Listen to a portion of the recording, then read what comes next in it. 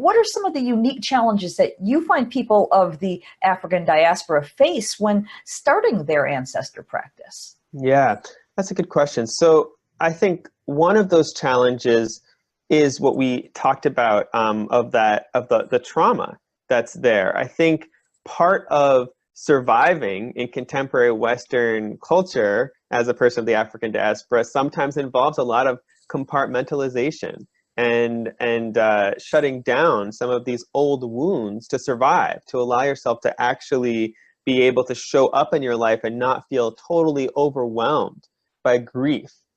But there's a way in which that grief, when not allowed to move out of the heart, often becomes a sort of poison and a stuckness within us. And so I guess one of the big challenges I see is that it's totally unique to people of the African diaspora, but certainly due to the structures of inequality or oppression that are in much of Western culture towards people of the African diaspora, I think there's less space for opening up to that grief and feeling safe to be vulnerable in that way. So a big challenge for beginning a process is just being willing to create the community and the support you need to open to that grief and allow it to move through you and allow some of it to be released. And we need containers for that to avoid being overwhelmed by it. Like I don't think it's a bad instinct to try to push a little bit of that down when you don't actually have the support to feel it. It's just a survival mechanism. But so we have to consciously begin, or we can choose to constantly begin to create those structures for ourselves that support us in expressing and releasing that grief. And that was hugely important for me. And so I think tied to that difficulty is also the feeling of homelessness or displacement, in a sense, of not belonging anywhere. As someone of the African diaspora who comes from people who were enslaved, it took me a long time to really feel a sense of connection and home that was to the land I was on and also to the land where my people were from. I just sort of tangling and untangling and sorting all that out. So I think that's another just challenge that's like a different type of grief in a sense versus in addition to the direct experiences our ancestors faced, just the grief of being forcibly taken from the land that you were on. And so the sort of converse of some of those challenges, I think, is the gifts that I think a lot of people of the African diaspora, it's a little earlier or a little more recent that their ancestors actually embodied practices of tending the dead well. So often while there is that baggage to sort through right off the bat, once we begin moving through some of that baggage, often there's a big flood of blessings and medicine on the other side because there's active ancestors that have just a few generations ago were knowing what it meant to really tend and honor your dead. And so for me, it's my family tends to have children kind of late in life on my mother's side and live a long time. And so it's only a few generations back that, like, my grandfather was raised in part by a woman who was a slave. And so there's a way that when we are willing to reach back and move through this grief, we have access to even more readily to big gifts that maybe people that don't have that recent history of family honoring the dead don't necessarily have access to as easily. So I think that's sort of like the carrot at the end of the stick. Yeah, I think that's a pretty complete for now. I mean, I'm sure there's other things as well. But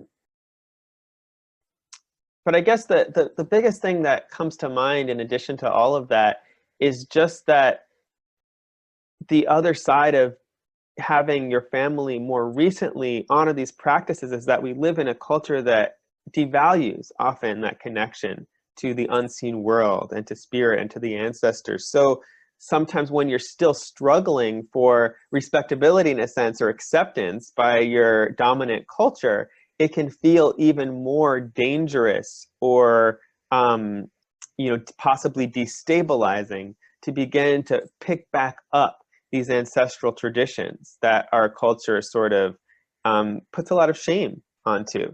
And so I think there's a lot more movement now with people feeling open to reclaiming those aspects of culture right now, especially supported by just a lot that's going on in pop culture even. But still, that fear can be there, I find, for people of the African diaspora of losing that respectability, or being seen as superstitious in a sense, and we begin to pick back up these ancestral ways. Right, that makes so much sense.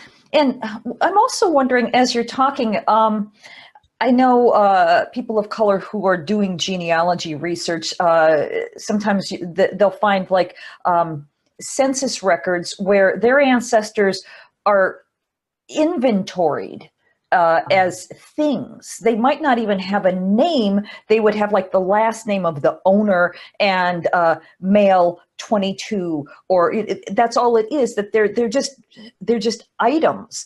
And while I obviously can't directly relate to it, I can, as a human being, understand how that must just fill them with just such rage. And I wonder if you have any way of sharing, how do you get beyond that anger, that fury, to the point where you can, digest this information and move through it and actually do some healing?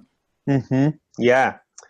Well, I think that rage and anger are really important emotions. I'm not someone who believes in sort of there's negative emotions and positive emotions. I think all emotions are good and helpful. And so when we think about anger, often that's teaching us, in my experience, that a boundary has been crossed, or that we're under threat in some way of having a boundary crossed. And if we're willing to feel that anger in the moment and act upon it, it's often showing us what we need to do to restore and repair that boundary. And with rage, the only difference is that it's often when something extremely precious is being threatened, or when there's been a lot of old anger that's built up over time that we're feeling, maybe the anger of our ancestors. And so I think, to answer your question of how we move through that, I don't think it's just moving through. I think moving through it is a part of it, but it's not like we just need to get the anger out of the way so we can do the real work. I think often the anger and the rage is part of the process of the healing, really feeling it and allowing it to show us what needs to be restored, what needs to be repaired, to allow me to engage with my people and my traditions in a way that feels safe for me now.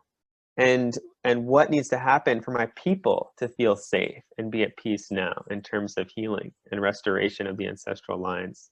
So I think the other side of that is when people are using things, embody things like racism or sexism or any of the isms, really, it's really this language of disconnection.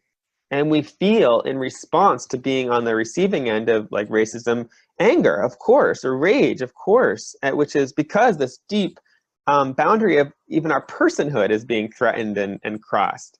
But what I found in my own process, the more I root into the wisdom of my people, the more I feel how in those moments, it's not helpful for me to respond out of my own personal small anger, because that just serves to further disconnect me from my people. I feel ungrounded. I feel like I can't think straight. I feel like there's no way I can connect. And so it's almost me getting more angry is feeding that disconnection that the original ism was trying to provoke. And so what my ancestors have showed me is it's really important in those moments to take another second to drop in to the well ones, the true ancestors in our line, and their wisdom and their blessings, and do whatever we need to do to get out of the situation so we can feel that presence and that medicine, and then respond from that place. It's not that we won't be responding with anger. Anger, again, I think anger is a great, important emotion, but we might respond then with a bigger anger from our people, our well ones, at that larger force of disconnection, rather than responding by trying to dehumanize the person that's acting in this way, in a sense. Okay, beautiful. Thank you for that.